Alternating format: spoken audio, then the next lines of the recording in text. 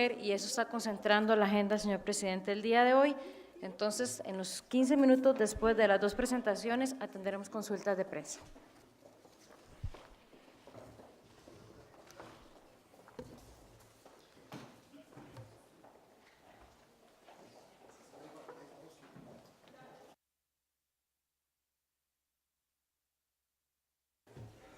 Bueno, mientras vamos ingresando los demás ministros que van a conformar la mesa principal, saludamos al señor presidente de la República, don Guillermo Solís, al señor ministro de la Presidencia, a la ministra de la Condición de la Mujer, doña Alejandra Mora, al señor ministro de Trabajo y Seguridad Social, el señor Carlos Alvarado, el ministro de Obras Públicas y Transportes, el señor Carlos Villalta, y el ministro de Comunicación, de Mauricio Herrera.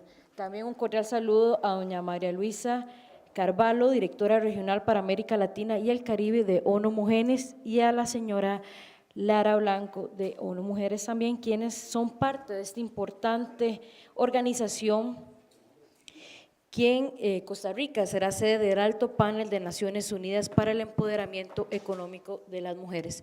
Recordemos que el secretario general de Naciones Unidas eligió al señor presidente como líder de este panel de alto nivel. Y sobre este tema escucharemos a la señora ministra de la Condición de la Mujer, la señora Alejandra Mora, quien nos informa del detalle de este panel que tendrá lugar en nuestro país el día jueves y viernes con la participación de reconocidas figuras internacionales. Señora ministra.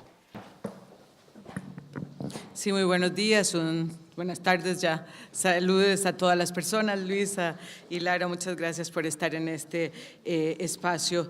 En efecto, el panel para el empoderamiento económico de las mujeres es un esfuerzo que se está haciendo en el marco de la ONU, y que han llamado al señor presidente para copresidirlo junto con Simone Scarpelleja, que es la directora de una empresa privada muy exitosa, que ha hecho todos los requerimientos para que las mujeres estén estratégicamente ubicadas en las empresas, y es una de las empresas de mayor competitividad en el mundo, que se llama IKEA.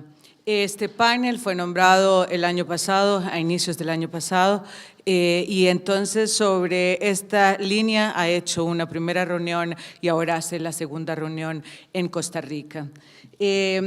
Vamos a reflexionar sobre lo que significamos las mujeres en el crecimiento económico, lo que significamos las mujeres cuando estamos en el trabajo informal. Vamos a reflexionar sobre qué pasa con los países cuando solo la mitad de la población de mujeres está en la población económicamente activa, cuando la mayoría de las mujeres están en el sector informal. Vamos a reflexionar sobre lo que ha significado el trabajo doméstico y su relación además con las estrategias de cuidado. Vamos a reflexionar solo cómo solamente un 13% de los grandes emprendedurismos del mundo se encuentra ubicados o en manos de las mujeres. Estas reflexiones tienen que ver con el liderazgo de las personas que están sentadas en el panel, y permítame señalar algunos de ellos nada más para que sepan la discusión que se puede estar generando en este espacio. La secretaria de Estado de Desarrollo Internacional del Reino Unido, la señora ejecutiva de Oxfam, la presidenta de la Fundación Bush Foundation, la presidenta de Mozilla y miembros del Fondo Monetario Internacional, del Fondo de los bancos internacionales y del Estado, las personas que he mencionado. Lo que el panel pretende es poner a disposición del mundo una reflexión con un liderazgo hacia la acción. Y por eso se hace una consulta regional después de 15 consultas que se han hecho en 15 países distintos. En este país estarán más de 100 personas representando a la América Latina, pero con una estrategia bastante distinta, y es que son buenas prácticas de lo que ha venido funcionando en otros países para que las mujeres puedan crecer, para que los países puedan crecer y para que nuestras economías integren de una manera estratégica a las mujeres. De manera que el panel ha decidido no hacer un reporte sobre la base de diagnósticos, que es lo que ha existido, sino sobre la base de los liderazgos de las personas que están trabajando y en el marco de una alianza estratégica entre el mundo de lo privado y el mundo de lo público. Esta consulta se realizará el día 14, el jueves 14, en todo el día en el Hotel Herradura. El día 13 además tendremos ministros de la región en el tema de la ratificación de los convenios de OIT, que es absolutamente estratégico avanzar. Particularmente el señor presidente ha pedido que se valore con particular atención lo que es el convenio para el trabajo doméstico, porque es uno de los sectores más rezagados y está particularmente ubicada las mujeres y conforman una base importante para el cuidado. Y posteriormente, el día viernes, lo que se estará presentando es la acción del país, la acción de Costa Rica en el marco del panel, que es la presentación del sello de igualdad. El sello de igualdad tendrá la incorporación inicial de 20 empresas estratégicas nacionales que se someten a un procedimiento de verificación de cómo cerrar dentro de sus organizaciones todas las brechas de género existentes, haciendo una política pública y a la cual se dará seguimiento. Realmente son tiempos de las mujeres, son tiempos de solidaridad, son tiempos de crecer y nos alegra muchísimo que esta reflexión ocupe este espacio. El señor presidente llamó la capital de las mujeres a este mes, así es que realmente por la importancia del reporte, que ya además don Luis Guillermo podrá referirse un poco de algunas de las estrategias para ser presentado o vistas a ser presentado también en el marco de la ONU en su Asamblea General en septiembre. Muchísimas gracias, señor presidente. Sí, muchas gracias. Nada más para indicar que tenemos dos actividades. Una actividad es la actividad de consulta regional latinoamericana sobre buenas prácticas y empoderamiento económico de las mujeres. Esto es un ejercicio que se ha repetido en otras partes del mundo, en donde los diferentes gobiernos junto con organizaciones privadas y de la sociedad civil se han convocado para conocer cuáles son los aportes que estas regiones pueden hacer al informe que vamos a presentar en el mes de septiembre. Todo ello alineado a los objetivos del desarrollo sostenible, obviamente, donde los temas de género configuran uno de los pilares articuladores de todo ese esfuerzo. Eso es el trabajo que se va a hacer el día jueves. Y el día viernes, el panel que está nombrado y cuya foto aparece aquí, es el panel de alto nivel que el secretario general de Naciones Unidas ha convocado y es en donde participo como representante de Costa Rica y el que tendrá como objetivo conocer los avances en el informe que se va a presentar en el mes de septiembre. Ese informe ha sido ya preparado en un primer borrador, estamos en permanente mejora del texto y por supuesto recibirá los insumos de la consulta regional que se va a hacer aquí en América Latina. Y ahí están los temas son importantes, parten de la idea de que las mujeres constituyen la mitad de la población del mundo y sin embargo solamente la mitad de ellas están incorporadas a los procesos productivos y que es fundamental incorporarlas de pleno para que puedan enriquecer con su trabajo, más aún de lo que ya lo hacen, las economías nacionales. Hemos puesto como país un énfasis especial en los temas de la corresponsabilidad social del cuidado, que nos parece un tema medular. Si las mujeres no tienen apoyo de una red de cuidado que las estimule a incorporarse a los mecanismos de la economía, difícilmente pueden hacerlo. Y esto es una responsabilidad que asumen también los hombres, no es solamente un tema del Estado, sino que también tiene que ver con un concepto de las responsabilidades culturales, pero a partir de ahí otro montón de temas, jóvenes, mujeres en educación, innovación, los temas de responsabilidad legal como el del convenio 189 de la OIT sobre trabajo doméstico y todo eso forma parte de las diferentes temas que vamos a discutir por un lado el jueves y por otro lado el viernes. La reunión del viernes es una reunión cerrada del panel de alto nivel, habrá una conferencia de prensa, entiendo, al final del viernes a las 2 de la tarde para dar cuenta de lo que se trabajó. Pero el jueves sí es una sesión mucho más amplia y en donde se van a trabajar, creo que son en 7 mesas de, trabajo, de debate, que me parece son muy, muy importantes. Nada más, muchas gracias. Muchísimas gracias al señor presidente de la República, quien liderará desde Costa Rica este foro de alto nivel de ONU Mujeres. Escucharemos al señor ministro de Trabajo y Seguridad Social, quien tiene un anuncio muy importante por parte del gobierno para la ciudadanía. Muchas gracias y buenas tardes, señor presidente, compañeros de gabinete y amigos y amigas de la prensa. En horas de la mañana, el señor presidente, con don Carlos Villalta y mi persona, firmamos el decreto que, al ser publicado, y es el que tienen acá, el 39.793, instruye las medidas para todo lo relacionado con lo que son las presas y lo que hemos vivido, lo que estamos viviendo con esta situación y las medidas que el gobierno está adoptando para mejorar dicha situación. La siguiente, por favor.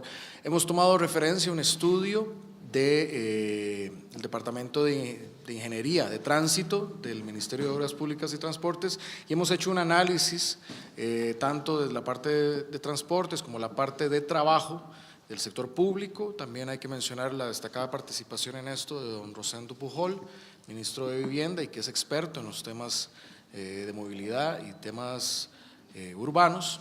Y a raíz de este estudio es que hemos adoptado las medidas. Lo que mostraré ahora es un poco lo que parte de ese diagnóstico. La siguiente, por favor. Básicamente los volúmenes de ingreso se dan tanto del sector público como del sector privado en el horario de 7 y 8 de la mañana, que son los principales horarios de entrada. La siguiente, por favor. Ahí donde se concentran estos volúmenes de ingreso y es ahí cuando las diferentes personas por las rutas buscan los accesos que para llegar a tiempo a estas horas se generan las principales concentraciones o las principales aglomeraciones, lo que conocemos como las presas. Siguiente, por favor. Este es el horario de salidas. El comportamiento en salida es un poco distinto. ¿Por qué? Y como lo ha explicado el Ministerio de Obras Públicas y Transportes, al horario de salida no necesariamente la gente sale directamente a su hogar, puede que permanezca un tiempo más en el lugar de trabajo, puede que haga alguna diligencia, atienda algunas cosas y el pico se da no en dos momentos diferenciados como en la mañana, sino uno concentrado alrededor de las 5 de la tarde. La siguiente, por favor. Y eso es un poco, tiene más una característica como de una curva y no dos picos pronunciados como lo es en el caso de la mañana. La siguiente. Entonces, en síntesis, tenemos en la mañana dos momentos, 7 a 8, que son los de mayor impacto.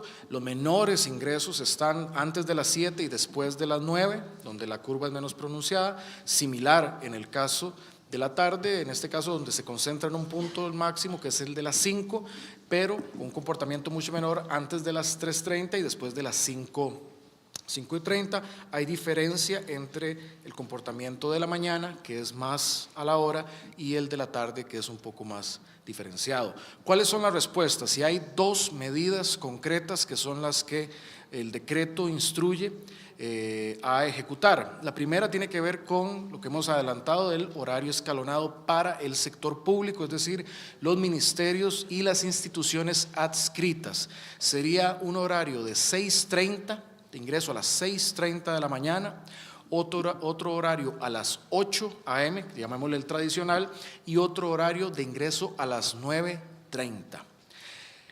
¿Cómo se implementarían estos horarios? Bueno, como ven, lo que estamos buscando es alejar los ingresos del sector público de los principales focos de presa que generan las horas de las 7 y las 8. Los estamos mandando 6:30 antes del primero y 9:30 algo después del segundo para no sumar en este tema de generar conglomeración. ¿Cómo se está implementando? Y eso es muy importante. Y esto es algo que también se analizó. Esto se hace o lo hace cada dirección o cada dirección de recursos humanos de la institución o del ministerio. ¿Por qué? Para ver las particularidades de los servicios que atienden. También se genera en acuerdo con los trabajadores. ¿Por qué?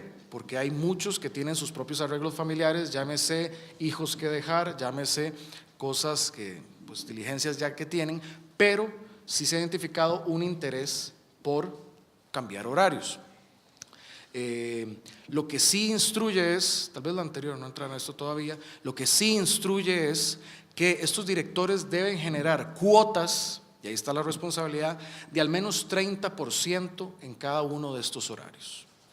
Es decir, para el horario de 6:30, contar con una cuota de un 30% al menos de esos trabajadores, para el horario de las 8 un 30% y para el horario de el tercero también un 30%. De esta forma es que nos garantizamos, y así se instruye en la directriz, que se canalicen esos flujos.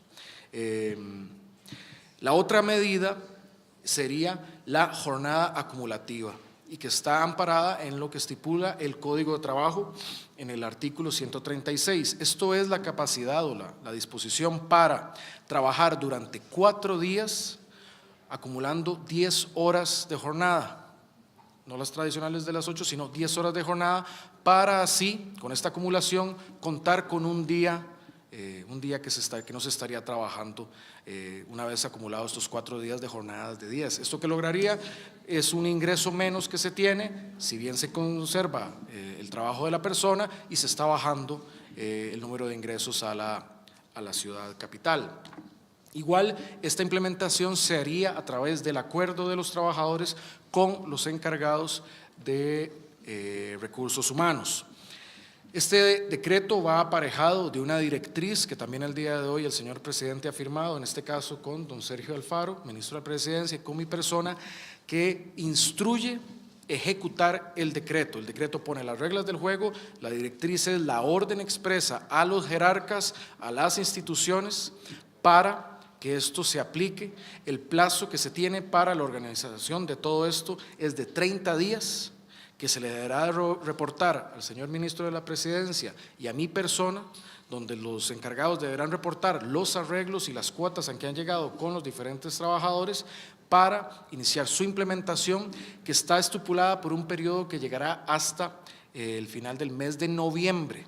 El decreto también instruye al Ministerio de Obras Públicas y Transportes a evaluar la medida, dado que es algo que no se ha hecho antes y queremos ver su efectividad y ver el impacto que tiene en la reducción de las presas. También se insta a otros poderes de la República a seguir este tipo de acuerdos, llámese Poder Judicial, llámese Poder Legislativo, y a las municipalidades para tomar cartas en el asunto y también para adoptar este tipo de horarios, que también nuestras consultas internas han demostrado que son de interés de muchos de los trabajadores.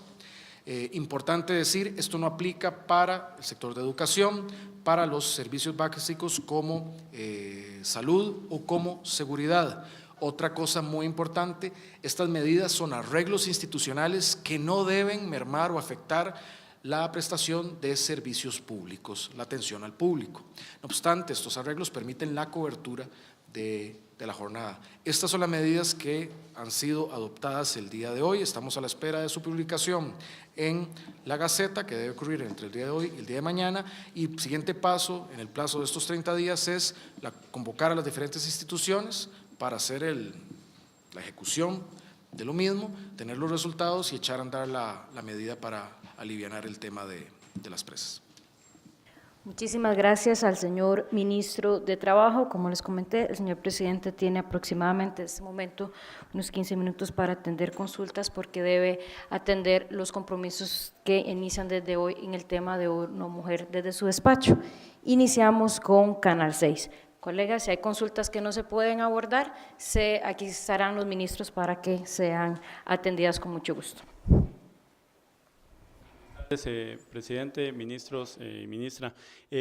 Don Carlos, el tema de cuándo entraría en vigencia esto, perdón, no sé si no lo escuché, le es que en estos 30 días en cada ministerio le van a informar a los empleados públicos, a los empleados a qué hora entran en esos 3 horarios. Y don Carlos, en cuanto a restricción o en tema de tránsito, no hay nada, no va a haber ningún cambio, solo esto los horarios. Y presidente, queremos un comentario suyo con respecto al tema de bienestar animal. Está enterado de los casos de los últimos días.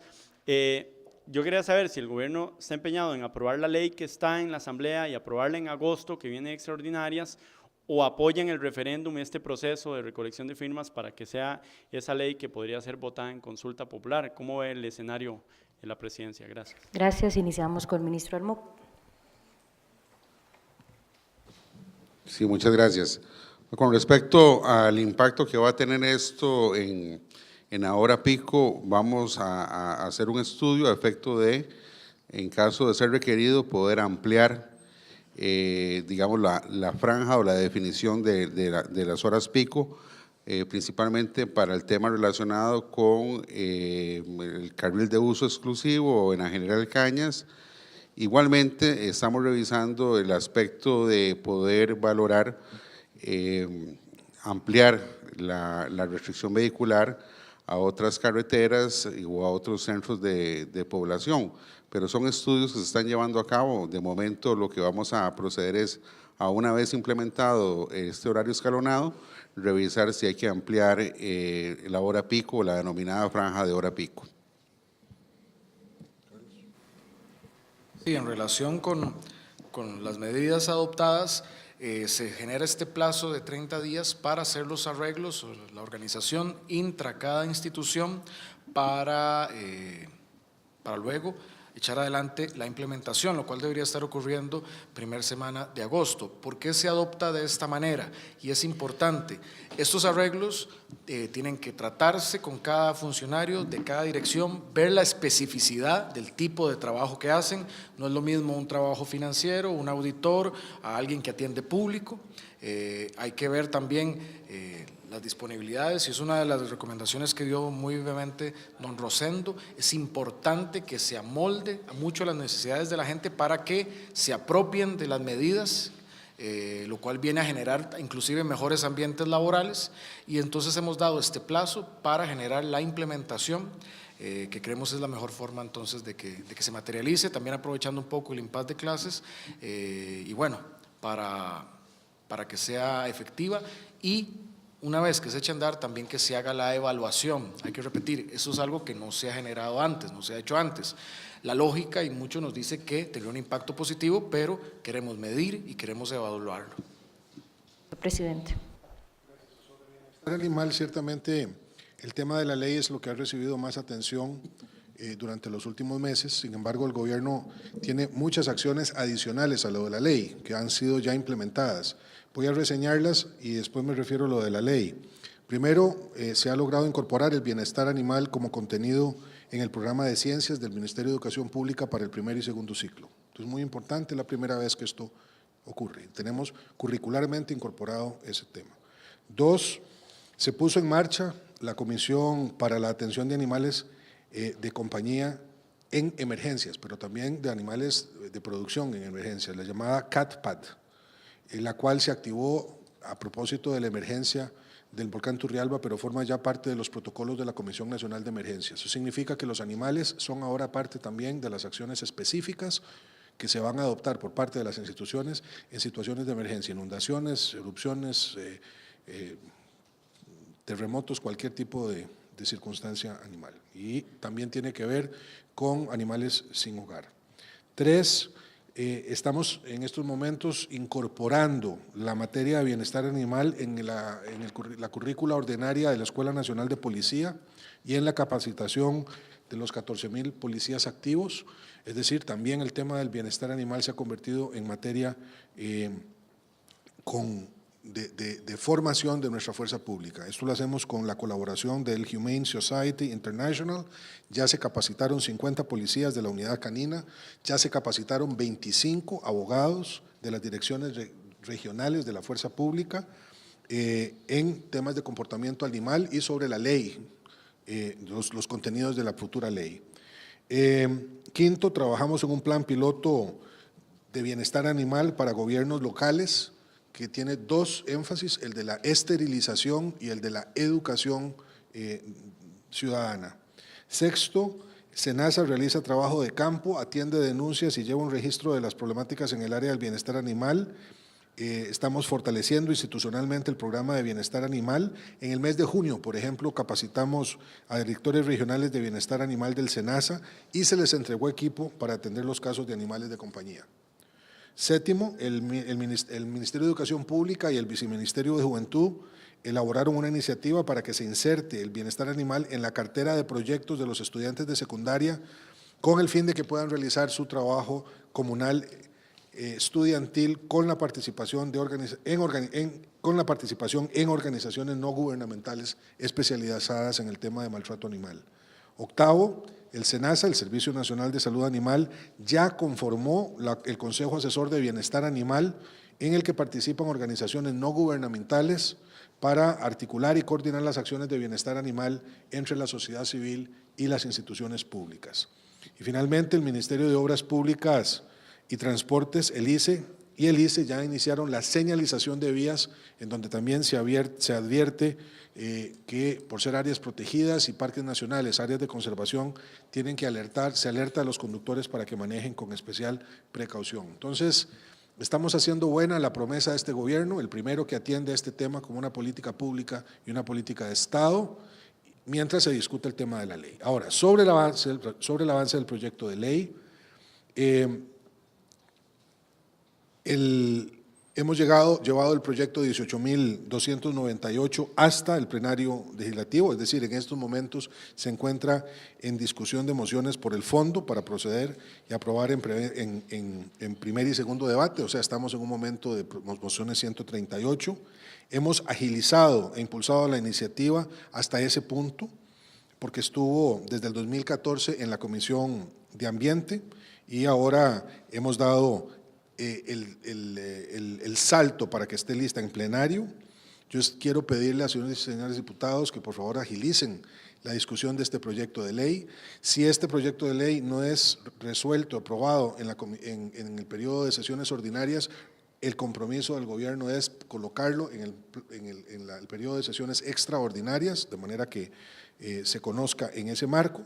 Y con respecto al referéndum, pues somos respetuosos de cualquier iniciativa que la ciudadanía pueda adoptar, además de lo que ya hemos señalado ha sido la acción de este gobierno. Pero creemos haber cumplido a cabalidad con nuestro compromiso, seguimos insistiendo en la aprobación del proyecto de ley, hemos estado a la par de las diputadas y diputados que están dando esa pelea, en contacto con las organizaciones de la sociedad civil y continuaremos haciéndolo hasta la aprobación de este proyecto.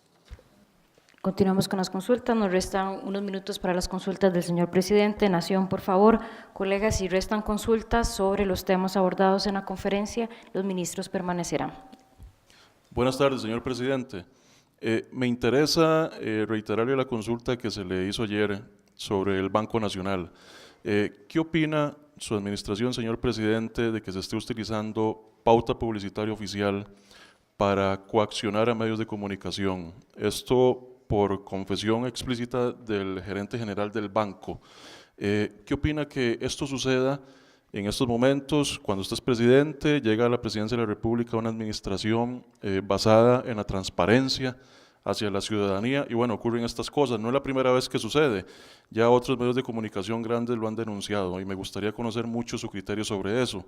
Y en segundo lugar, me interesa conocer si el Poder Ejecutivo tiene información sobre una aglomeración de migrantes africanos en la frontera norte del país. Me interesa saber si tienen algún informe y en dado caso, ¿cómo actuarían? No, me resulta muy satisfactorio poder atender su consulta hoy, tal y como se lo señalé ayer y como se le había indicado por parte de los compañeros de la Dirección de Comunicación, que ayer no me iba a referir a ese tema por estar en otro momento de mi agenda discutiendo temas muy importantes también sobre proyectos de deporte. Hoy le contesto con todo gusto como era mi intención hacerlo y se lo indiqué en su momento. Si algo ha sido clara, si en algo ha sido clara esta administración en los temas de libertad de expresión y libertad de prensa, es que tales son fundamentales para la convivencia democrática y constituyen una marca esencial de nuestro sistema político desde el siglo XIX. Este gobierno ha respetado absolutamente la opinión de los medios de comunicación respecto de todo su accionar Y creo que hay claridad en la opinión pública de que eso también ha conllevado la aceptación de muchísimas críticas, las cuales han sido emitidas por los medios de comunicación en atención a sus propias valoraciones. Por lo tanto, este gobierno cree que no debe haber ninguna acción que se produzca desde las instituciones públicas que puedan lesionar la libertad de expresión y la libertad de prensa. No hay ninguna justificación para que ello sea así. No abajamos, no avalamos, no nos comportamos en ese sentido y por lo tanto creemos que cualquier denuncia que sobre el proceso o la eventual utilización de pauta o de cualquier recurso institucional para favorecer o para afectar el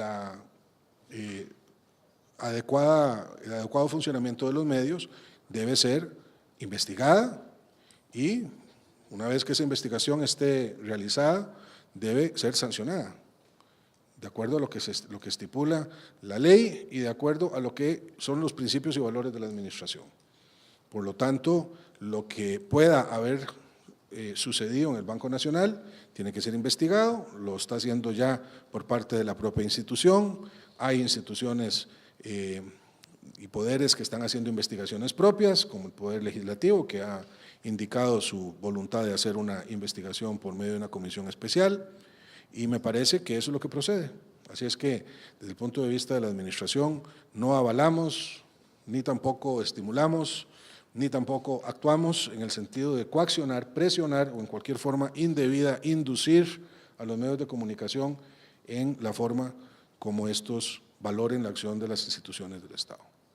Ministro Herrera, sobre el tema de los migrantes africanos.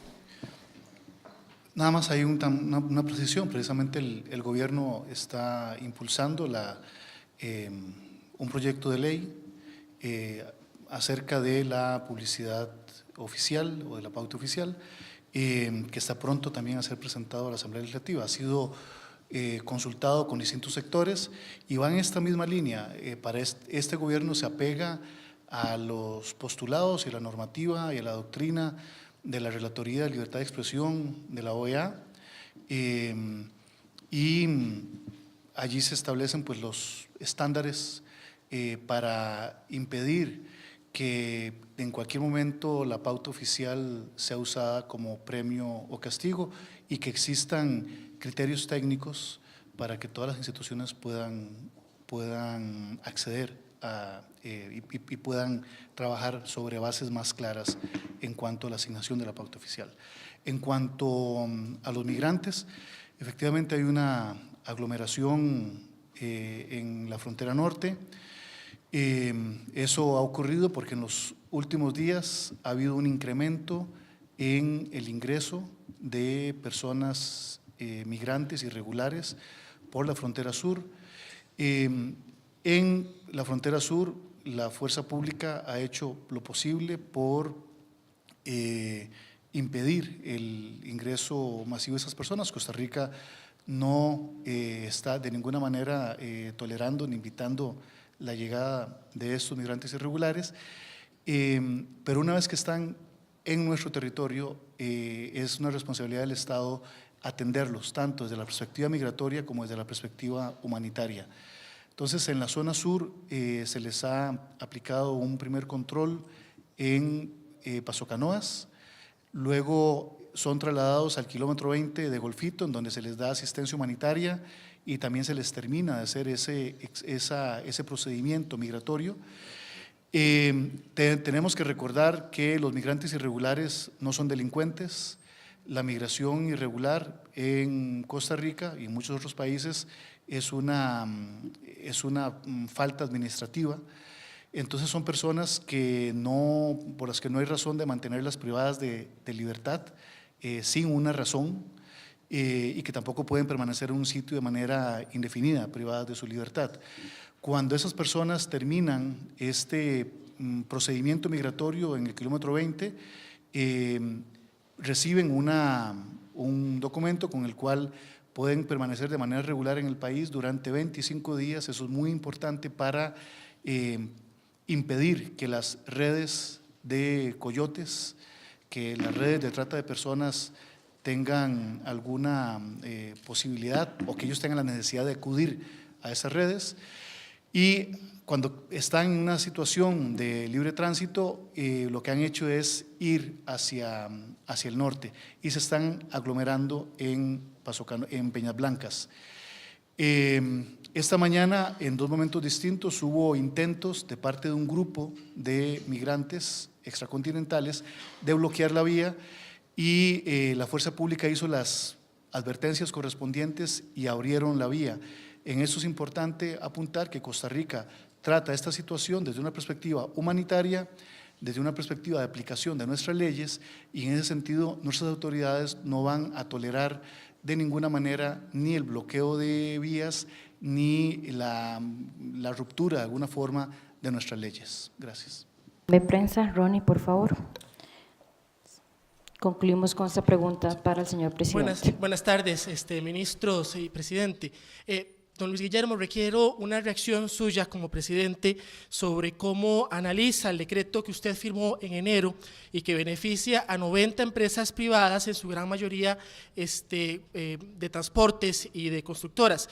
No considero injusto que los ticos estemos pagando de más en la gasolina para favorecer intereses privados, y no se está pensando modificar o derogar ese decreto en virtud de que el pueblo pues ha mostrado en diversas oportunidades pues que no quiere ese decreto, ese subsidio. Por eso le pido una reacción a usted como presidente de la República. Vamos a ver.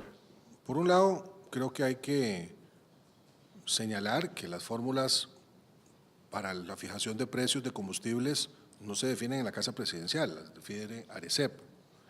Y a ese respecto es esa institución la que fija los precios y que por lo tanto, en ese sentido, no hay cambio ninguno respecto de lo que usted señala como una afectación de orden general.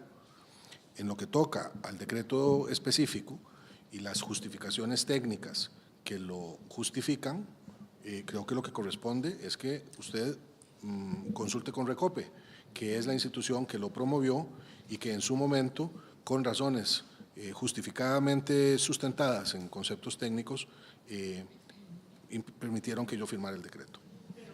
Gracias, perdón. Dice que es injusto ese decreto, entonces… Es un decreto que fue sustentado técnicamente por Recope y debe ser esa institución la que defina las condiciones y las características que tiene y las razones por las cuales nos solicitó que lo firmáramos. Le agradecemos. El presidente debe atender su agenda de despacho relacionado con ONU Mujeres. Los ministros permanecen aquí para la atención de prensa. Muchas gracias, señor presidente.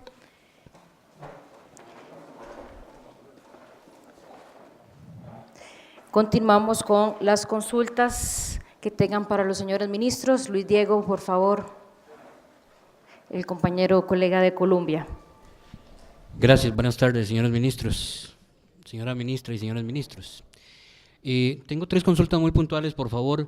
Don Carlos, ¿bajo cuál criterio se excluye al sector educación de esta iniciativa que hoy anunciaron?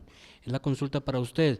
Don Mauricio, si me puede ampliar sobre esta iniciativa que tiene el gobierno para ordenar lo que es la asignación de pauta publicitaria a los medios de comunicación. Y don Sergio Alfaro, si ya tienen un panorama más claro en el nombramiento del nuevo viceministro de Transportes o viceministra. Gracias. Gracias, colega. Don Carlos, iniciamos con el ministro de Trabajo. Tema de educación, el mismo MEPA plantea la situación. Hay que ver que en muchos casos el tema del transporte de los estudiantes, si bien alguno es transporte pues, público, otros van a pie, otros son los mismos papás antes de ir al trabajo que los dejan ahí. Hay como un cierto suerte de encadenamiento. No obstante, el MEP en eso ha señalado que dando prioridad al tema educativo es un área en la que no deberíamos generar estas estas modificaciones, sobre todo en el tema del servicio educativo. Hay que entender que educación es uno de los sectores, o es uno de los sectores prioritarios, en este caso junto a salud y junto a seguridad. No obstante, y habiendo dicho eso, hay otros sectores que es a los que estamos enfocándonos, que tienen que ver con servicios que no dependen tanto del momento del día que se hagan. Y ahí hay muchos, por ejemplo, temas de legal, temas de informes, temas de auditoría, temas financieros. Hay una serie de servicios en los cuales podemos tener mucha mayor flexibilidad y a esos estamos apuntando. Continuamos con las consultas. Ministro Sí, Herrera. con mucho gusto, ¿no? Desde hace un año hemos venido trabajando en una propuesta en la que procuramos aplicar en el contexto nacional los estándares de la Relatoría de Libertad de Expresión de la OEA en materia de pauta oficial, precisamente para evitar que haya este fenómeno de que se pueda usar la pauta oficial como premio o castigo para medios de comunicación que hablen bien o mal de una institución. Y ahí lo que se procura es que haya un conjunto de criterios de alcance, de públicos meta, de área geográfica, que impidan la arbitrariedad en la asignación de esos recursos. Continuamos con las consultas. ¿Queda alguna consulta pendiente por parte del ministro de la Presidencia? Sí, sobre el nombramiento del viceministro de Transportes, el ministro de Obras Públicas y Transportes convocó a una conferencia de prensa esta tarde a las 4, por lo tanto, ese será el momento para hacer anuncios al respecto. Las consultas de Luis Ramírez de AmeliaRueda.com. Nada más reitérenme otra vez si tienen alguna otra consulta a los señores ministros. Buenas tardes, don Carlos Villalta. Hace aproximadamente 2 meses, o más bien se van a cumplir 2 meses, desde que en un consejo de gobierno usted mencionó que en 2 meses se iba a tener listo un plan para la ampliación de la Ruta 27. Quisiera consultarle si hay algún avance al respecto, y también si nos pudiera comentar cómo han ido las conversaciones con los autobuseros ahora que usted ha asumido la batuta en el tema de la sectorización en estas semanas que no hemos tenido viceministro de Transportes. Gracias. Gracias, Luis. Señor ministro. Sobre la ampliación de la Ruta 27, tenemos aproximadamente 2 meses de no sesionar, debido a la renuncia de uno de los miembros al Consejo de Administración o a la Junta Directiva del Consejo Nacional de Concesiones, que representa a la Unión de Cámaras, a la UCAEP. Esto pues nos ha detenido el trabajo porque no hemos podido sesionar, no hemos podido enfocarnos en el tema específicamente. Pero bueno, la buena noticia es que la semana pasada hubo un nombramiento ya de un sustituto de la UCAEP para integrar la Junta Directiva. Hoy fue juramentado por el señor Presidente de la República en el Consejo de Gobierno y esperamos que a partir del próximo jueves, de este jueves en 8, ya se puedan reiniciar las reuniones de Junta Directiva en el Consejo Nacional de Concesiones, así que pues lamentablemente no puedo adelantar, esto fue algo inesperado lo que ocurrió y tiene que ser en el seno de ese consejo donde se tomen las decisiones de la ampliación de la Ruta 27. El otro…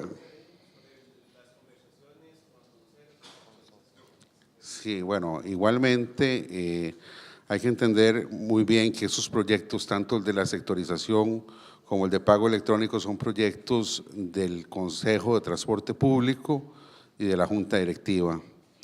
He considerado conveniente esperar la designación del nuevo jerarca del Viceministerio de Transportes a efectos de continuar con el trabajo. Esto principalmente porque tiene que ser en el seno del Consejo de Transporte Público, igualmente en la Junta Directiva, donde se tomen las acciones sobre los planes que vamos a desarrollar. Somos una Junta Directiva que somos 7 directores y pues parte, digamos, del cuidado que hay que tener es que todos los directores participen de las decisiones de la Junta Directiva sobre estos proyectos tan importantes a efectos de poderles dar seguimiento. Tenemos desde la desde la destitución del anterior viceministro de no sesionar y esperamos poder reactivar a partir de, si Dios quiere, de mañana, las sesiones de la Junta Directiva y ahí retomaremos las conversaciones con los transportistas. la República, don Ricardo Sosa, por favor. Buenas tardes, señora ministra, señores ministros.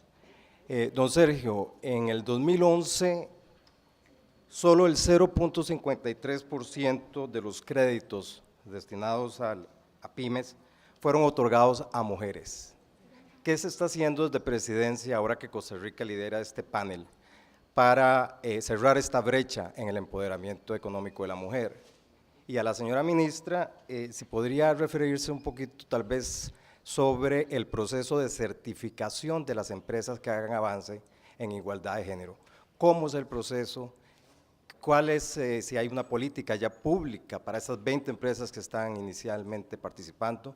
¿Y cómo se obtiene? ¿Quién da esta certificación? Gracias. Muchas gracias, don Ricardo. Señor ministro. Doña Alejandra Mora, ministra de la Condición de la Mujer. Yo creo que ambas preguntas las puede responder adecuadamente la ministra de la Condición de la Mujer. Bueno, justamente las preguntas que hace el compañero es parte de la reflexión internacional que se está haciendo, pero en todo caso, en nuestro país, las políticas públicas en el sector financiero, sobre todo, están referidas a banca al desarrollo. Y hay una discusión enorme en este momento de cómo flexibilizar las garantías que se están dando en los créditos a las mujeres, porque en realidad ahí es donde está el punto de inflexión, y cómo sustituir las garantías de bienes que no poseen las mujeres por garantías que sean distintos, más personalizadas, y que tengan, digamos, una flexibilización en este punto. Los estudios dan cuenta cómo las mujeres, cuando asumen un crédito, son de las personas mejores pagadoras en relación con los créditos. De hecho, nuestro Fondo Mujer, que es una transferencia de casi 1.800 millones de colones que se hace anualmente de plata no reembolsable, hemos encontrado un 92 y entre un 92 y un 94% de eficiencia en la ejecución de los montos. En relación con la certificación de las empresas, es una nueva estrategia. La lógica es que las empresas que tienen interés en entender las brechas internas que tienen, muchas tienen que ver con contrataciones, con capacitaciones, con ascender a puestos de toma de decisiones, puedan ser inspeccionados por un órgano que es un órgano absolutamente fuera del gobierno, que es el ECA, que es el ente certificador. El ECA manda un equipo con el cual va a verificar las brechas. Hay unas brechas, digamos, que hemos venido construyendo novedosas, como Cuido, para saber, por ejemplo, si todas las licencias que se piden para Cuido tienen que ver con las mujeres, o también hay licencias en las cuales hay una apertura para motivar la participación de otros actores, como por ejemplo los hombres. Luego de la investigación y revisión del proceso de las brechas, se hace un acompañamiento para establecer técnicas y estrategias para cerrar las brechas, y luego hay un acompañamiento. Todo este proceso se hace sobre la base de una norma diseñada por el Instituto Nacional de las Mujeres, que es el ente técnico que aparece acompañando todo el proceso. Luego de que se da la certificación, el Ministerio de Trabajo, el Instituto Nacional de las Mujeres y un espacio privado que está en un decreto, hace la verificación del proceso y atribuye el sello. En el decreto, además, hay algunos incentivos que tienen que ver con incentivos internacionales, porque nuestro sello está inscrito en el marco de los sellos internacionales que son y se han utilizado en países particularmente como Colombia y como Chile, con unos resultados estupendos, no solamente en términos de permanencia y, digamos, crecimiento de las mujeres, sino que han tenido un resultado importantísimo para las empresas en términos de su competitividad, de manera que este es más o menos el procedimiento que se hace, y dura 3 años la certificación que brinda el ente certificador. El acompañamiento que da el INAMU es durante todo el proceso. Las empresas que se van a certificar, hay unas transnacionales, unas de pequeñas de empresas medianas, pero también hay empresas pequeñas para entender que también pueden hacer este procedimiento. Y también hay dentro del decreto, una instancia intermedia que no hace la certificación, sino solamente acredita una buena práctica. Una buena práctica que se acredita ante el Instituto Nacional de las Mujeres y que también genera algunos beneficios en el marco de esta lógica que estamos haciendo, entendiendo que las mujeres somos la mitad de la población que no está contratada y que la permanencia de las mujeres en las empresas es estratégica, no solamente porque estamos determinando la mayoría de las compras, sino porque generamos un proceso importantísimo de conocimiento que no lo tiene necesariamente la población que está determinando las decisiones dentro de la empresa, que han sido los hombres tradicionalmente. Cerre hoy, de seguido Diario Extra. Gracias, son dos consultitas. La primera tiene que ver sobre lo de los inmigrantes. Don Mauricio, usted hablaba de que se les están tratando de dar un trato más humanitario. Esto no nos queda duda también con lo que pasó con los cubanos, pero ¿cuál es la solución que ve el gobierno de la República a este tema en específico, digamos? ¿Cómo lo van a solucionar? Y la otra consulta es si en Consejo de Gobierno se habló algo sobre la negociación que está manteniendo hoy el gobierno con las autoridades nicaragüenses en el tema del conflicto lechero, que ha trascendido en esta materia. Gracias, Tatiana. Iniciamos con el ministro Herrera. Bien, es un problema, como todos sabemos, complejo para el país, una situación inédita. Es diferente la situación que tenemos ahora con los extracontinentales de lo que tuvimos con los cubanos. Hay dos elementos esenciales que marcan esa diferencia. Una es que los cubanos venían con pasaporte, todos venían debidamente documentados y además tenían una ley especial que les permite su entrada a Estados Unidos. Eso hacía posible buscar algunas alternativas para crear puentes aéreos, como finalmente se hizo, y que llegaran a su destino, que era Estados Unidos. La situación con los extracontinentales es radicalmente distinto, en su inmensa mayoría, si no todos, vienen sin documentos y nuestras leyes lo que plantean es una serie de recursos, una serie de acciones que ante ese tipo de población pues no se ajustan, en el sentido de plantear la posibilidad, por ejemplo, de deportación. Las deportaciones se complican muchísimo, obviamente, si no hay un documento, si no hay una identidad cierta de esas personas, porque cualquier país que los pueda recibir, obviamente van a exigir que esa persona venga debidamente documentada. Así las cosas, y ante la realidad de que Nicaragua tiene cerrada la frontera al paso legal de esas personas, Costa Rica lo que está haciendo es actuando de acuerdo con las leyes y de acuerdo con las tradiciones y la trayectoria histórica nacional.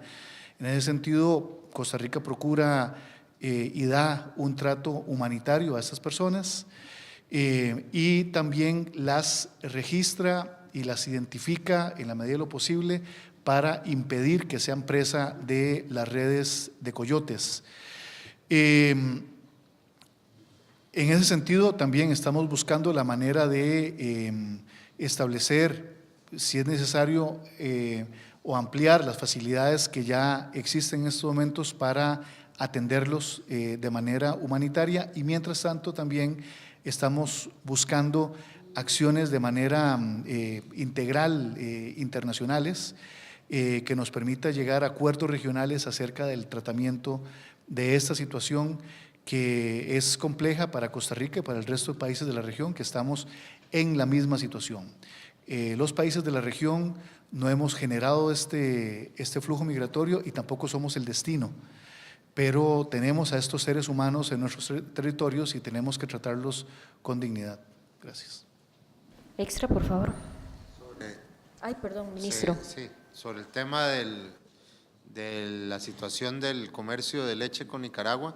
En ese sentido, no se comentó en el Consejo de Gobierno, como tal como lo comunicaron las instituciones correspondientes.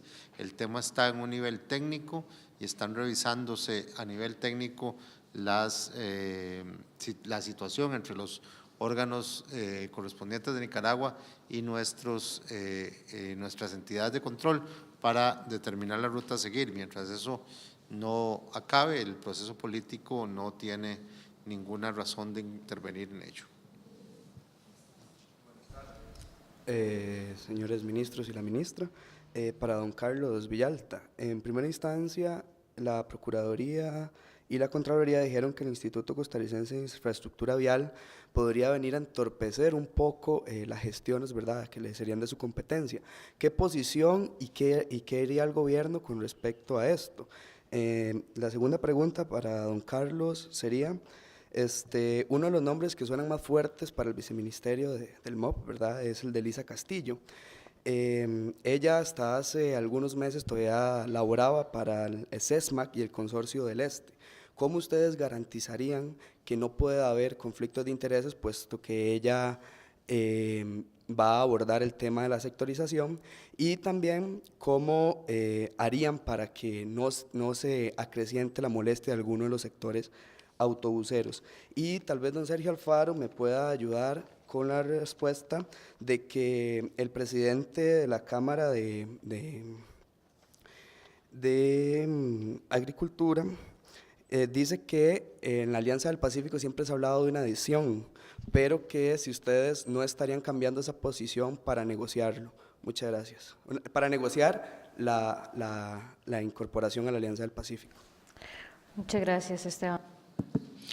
Bueno, muchas gracias. Vea, con respecto al Instituto de Infraestructura Vial o a ese proyecto de ley, pues lógicamente la opinión del gobierno es que dicha institución pues llegaría a solventar las debilidades o los problemas de infraestructura vial que tiene el país, y por eso pues se mandó el borrador o la propuesta de proyecto de ley a la Asamblea Legislativa. Sobre lo que diga la Procuraduría y la Contraloría General de la República, pues lógicamente son opiniones valorables. Ya yo le pedí al viceministro de Reformas y Proyectos que se estudiara dichos planteamientos a efectos de poder nosotros dar un aporte desde nuestra propia perspectiva. Creo que es un proceso complejo el que va a llevar la aprobación de esa ley. Hay muchas opiniones, digamos, encontradas al respecto. Mientras tanto, nosotros pues somos respetuosos de esperar el momento en que nos pidan algún criterio adicional y algún comentario sobre estos temas. En realidad yo el detalle no lo conozco, sino que le pedí al viceministro, que es el que ha estado a cargo o liderando este proyecto, que las estudiara y irnos preparando, porque sé que estamos en estos momentos en una etapa de consultas, tanto a estas instituciones como a otras instituciones, y luego lógicamente todas son valiosas. Sobre la segunda pregunta, honestamente no me quisiera adelantar a la conferencia de prensa que vamos a tener hoy a las 4, que es específicamente para ese tema, y me parece que ahí es donde deberíamos abordar cualquier detalle inmerso al nombramiento que se está realizando. Gracias. Señor ministro. Sí, sobre el tema de la Alianza del Pacífico, tal como el presidente ha sido muy claro, el país no está negociando en este momento ninguna posición frente a la Alianza del Pacífico, por lo que desconozco el contexto en que el presidente de la Cámara de Agricultura dio esas declaraciones. Lo que sí le digo es que no hay un proceso de negociación en camino. Canal 6, creo que para finalizar, si alguno hay otra consulta, Canal 6. De nuevo, don Sergio, yo quería consultarle sobre el proyecto de impuesto a sociedades jurídicas, porque previo al receso hubo una discusión entre la unidad y una propuesta que está haciendo de condonar la deuda de este impuesto a las personas que no lo pagaron desde que se declaró inconstitucional. El Frente Amplio lo rebatió, dijo que se perderían unos 180.000 millones perdón, para seguridad si se perdona estas deudas. Quería tener la posición del gobierno con eso y si ese dato es el correcto tal y como lo presentó el Frente Amplio. ¿Y qué expectativa de proyectos tiene usted ahora que regresen de vacaciones los congresistas? Gracias. Gracias, Oscar. Gracias.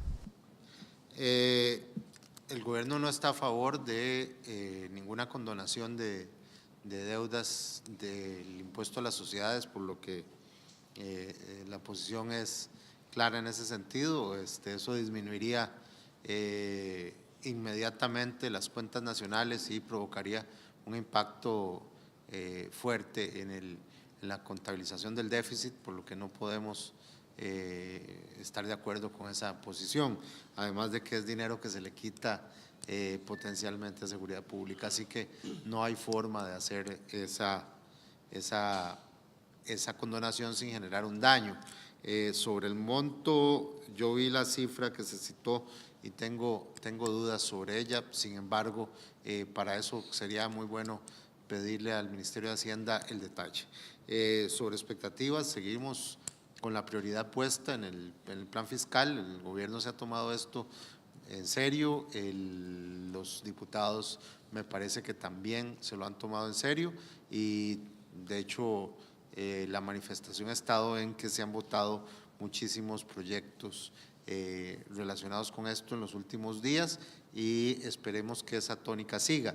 De inmediato esperaríamos la aprobación del expediente 19.909 sobre el delito de financiamiento al terrorismo, que es un tema que sí urge al país para no caer en una lista de países no cooperantes en materia de lucha contra el terrorismo, cosa que nos haría un gran daño en el sistema financiero nacional y a la credibilidad de Costa Rica como socio en el mundo.